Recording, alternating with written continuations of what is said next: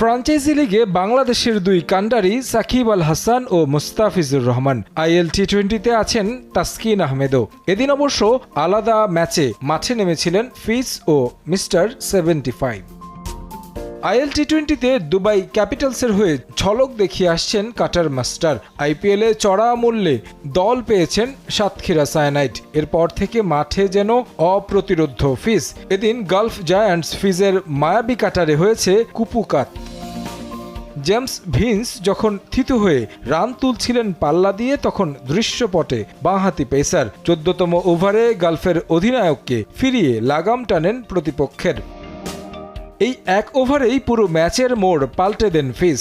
ওভারের 4 নম্বর বলে ফেরান আরেক জায়ান্ট আজমাতুল্লাহ ওমরসাইকে। 116 রানে 5 উইকেট হারায় গালফ। পরের বলে ফিজের কাটারে নাস্তানাবুদ শেন ডিকসন। হ্যাট্রিকের সম্ভাবনা তৈরি করেন টাইগার পেসার। ততক্ষণে 6 উইকেট হারায় প্রতিপক্ষরা। সেখান থেকে আর ঘুরে দাঁড়াতে পারেনি গালফ। 156 রানে অল আউট হয় তারা। 34 রানে 3 উইকেট নিয়ে ম্যাচ সেরা বাঁহাতি পেসার 6 উইকেটের জয় পায় দুবাই ক্যাপিটালস।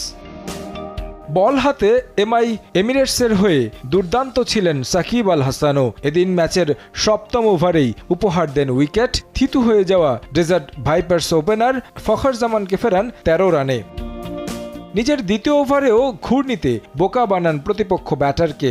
স্যাম কারানকে ফিরিয়ে থামিয়ে দেন ডেজার্ট ভাইপার্সের রানের চাকা। এরপর আরও 2 ওভার করেন সাকিব। এদিন তাকে মোকাবেলা করাই কঠিন মনে হচ্ছিল প্রতিপক্ষের। শেষ পর্যন্ত 4 ওভার বল করে 14 রান দিয়ে নিয়েছেন 2 উইকেট। তবে ব্যাট হাতে খুব একটা উজ্জ্বল ছিলেন না টাইগার অলরাউন্ডার।